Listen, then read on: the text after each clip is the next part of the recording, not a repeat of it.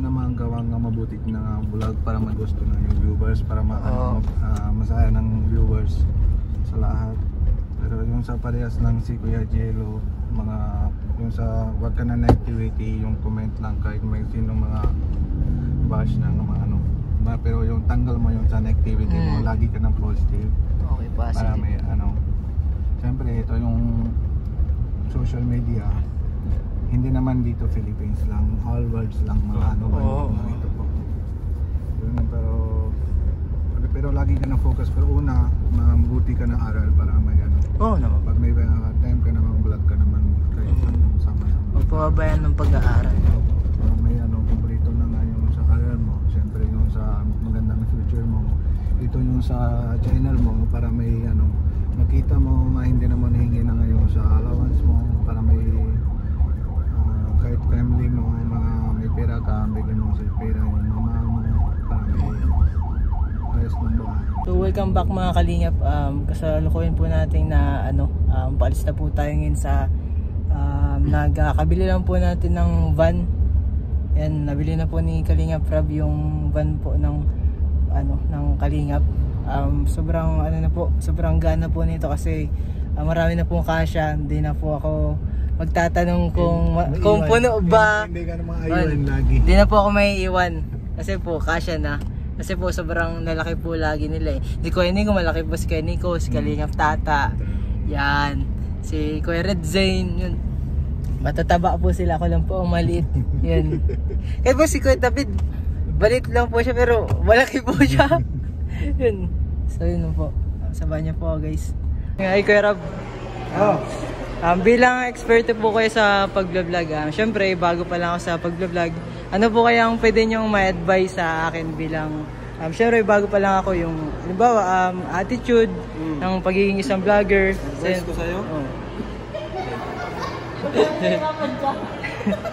Ano pwede ma-advise kay Lolo? Ano lang naman, siguro una dapat enjoy mo lang yung ginagawa mo sa pag-vlog. Kasi kapag nag-vlog ka dahil sa gusto mo kagad kumita, mainip ka. Kasi hindi naman kagad kumikita talaga sa pag-vlog. At hindi rin lahat nagiging successful sa pag-vlog. So ang dito, ang isa sa pinaka-importante dapat, masaya ka sa ginagawa mo. Which is, tanongin mo sarili mo kung masaya ka ba dito. Masaya ka ba dito? Syempre naman kuya. Masaya ka doon, hindi patuloy mo lang.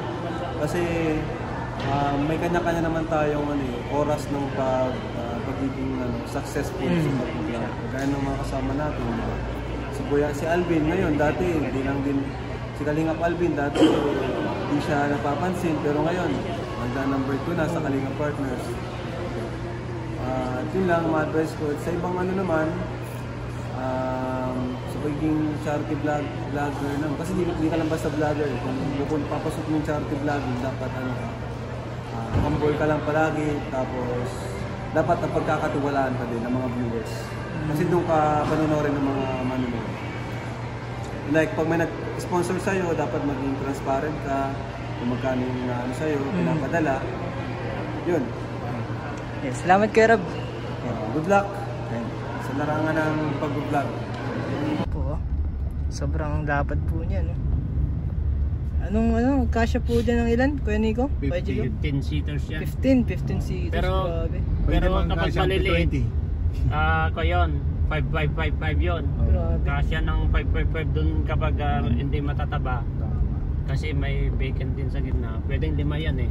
Pinaka natin, 10 tayo, no? 15 tapos dun sa harapan. Pwede ring 4 dun sa harapan kung sa maliliit. Kasi dun 3 yun eh. Tatlong harap. Driver. Tapos Pwede dito. Pwede 4 yun. Kaya magiging Bali, 19. pwede magkasya ng 20. 20, pwede yun. Grabe, ganda ng van. Pero yung maluwag lang, magandang upuan. So habang nagbiyabiyahe tayo mga kalingap, tanongin natin si Kuya Nico sa si Kuya Gilo. Kuya Gilo, Kuya Nico. Siyempre mga na kayo, mga vlogger na kayo, matagal lalo ka na Kuya Gilo. Ano kayang may papayo mo sa akin bilang baguhan ng vlogger ng Kalingap? Sa akin lang ay pagpatuloy mo lang yung ginagawa mo na sa mga tao Kung meron ka mang naririnig na mga negatibo ay huwag ka mawawalan ng pag-asa. Huwag ka mawawalan ng ano yun, yung cut mo na lang. Sige. Gulang. Mawawalan ng ano yun, may ibang terms pa yun eh. Wala na.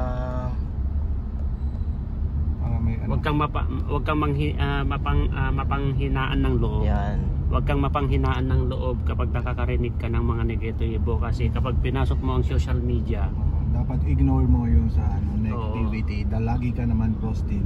Understood na yun na kapag pinasok mo ang social media, may mga impact na negatibo na bumabanat sa iyo. At dapat yun kaya mong paglabanan, at kaya mo rin i-handle, at kaya mong gawin mong maging inspirasyon mo yon, yung pagsasabi nila ng negatibo sa iyo, para sa ganun ipagpatuloy mo para may grow yung channel mo. Kasi pag laki naman ng channel mo, mas marami kang matutulungan kapag nagkasahod ka na at kumikita ka na ng malaki. Kasi maganda future.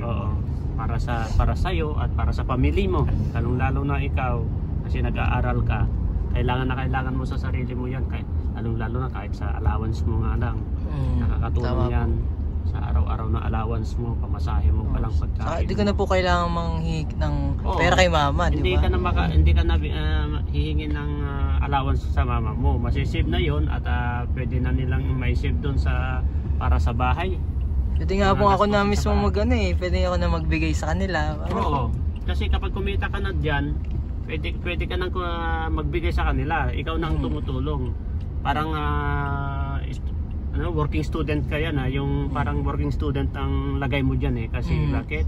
Habang nag-vlog ka, nag-aaral ka, kumikita ka, ayun, kahit papaano kapag kumikita ka, ikaw kapag kumikita ka na sa pag-vlog mo, ikaw na nagbibigay sa magulang mo, hindi na sila nagbibigay. Siyempre po, makakatulong na din tayo, no? Oo. Hindi lang sa'yo makakatulong sa magulang mo, kundi sa mga tao rin na nangangailangan, lalong-lalo na ang pinasok mo ay sa grupo charity ng vlogger po, ano?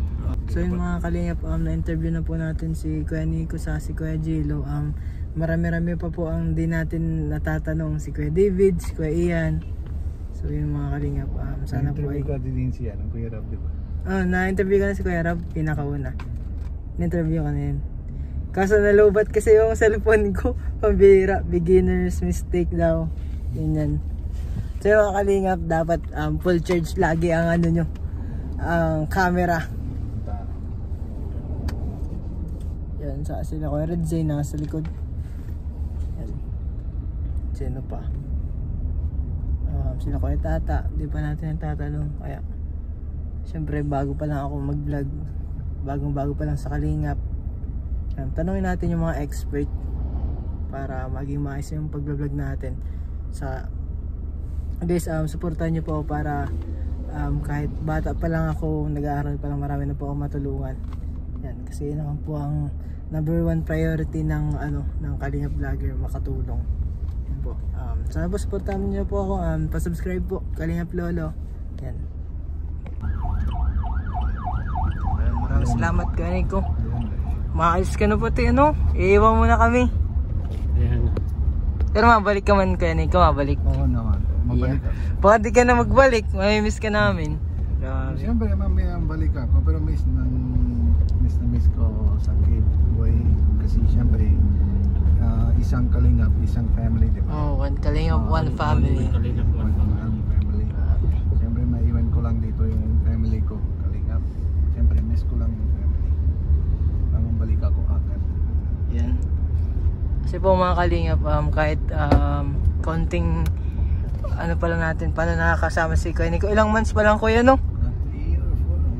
Pero sobrang feeling namin, sobrang tagal na namin siyang kilala. Tas close na din namin agad. Kahit nung unang pasok, di ba? Pasok doon sa... Pasok yan, pinagsasabihan ko yan. Ganito lang, ganyan. Tapos sinasabihan ko rin kung about sa mga YouTube. Naturuan niya rin yung kapatid niya. para paano ma-edit. Kung paano mag-edit, paano mag-thumbnail. Tapos yung ano, yung makakatulong din first sa day mo kayo yung ano, yung nagpunta ka din sa ribbon cutting ni Marian. Oo, Diba? first time na. First day nun.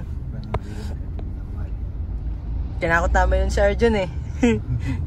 Ano si Arjun? Malaking daw. Malaki daw, malaki. Bodyguard, yun yan. Grabe, nawala na agad sa mapa si Kuya Rab. Sige, kata natin. Ano mga kalim? Dito dito.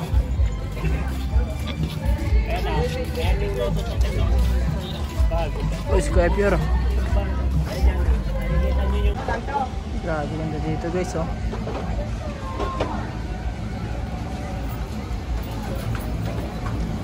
Masaan sila?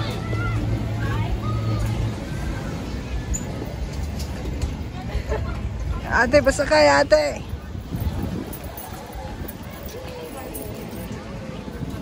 Anong mapapayo mo sa akin bilang bagong vlogger? Payo ko sa'yo? Oo. Ano lang? Sipagan. Sipagan. Kasi yun yung payo ko sa sarili ko eh. Sipagan. Kaya, pero yun nga, sipag, tapos continue mo lang yung ano mo. Kung ano bang goal mo sa buhay. Tapos, ano, may mga panahon na parang tatamarin ka, pero sipagan na lang. Sipagan Kumbaga, lang. kailangan mo talagang ano yung sarili mo.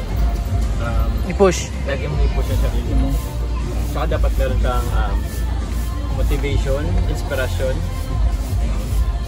So yun ba? Mag-charity ka ba? Oo naman, syempre. Oo naman siya. Kalingap eh.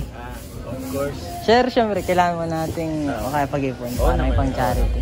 Mahirap talaga sa una po, lalo na sa mga unang vlog. Oo. Mga bagong vlogger po. Kahit ako Wala bago, na. halos bago lang din naman po ako. So medyo mahirap yung ganong ano. Di siyempre may mga expenses tayo.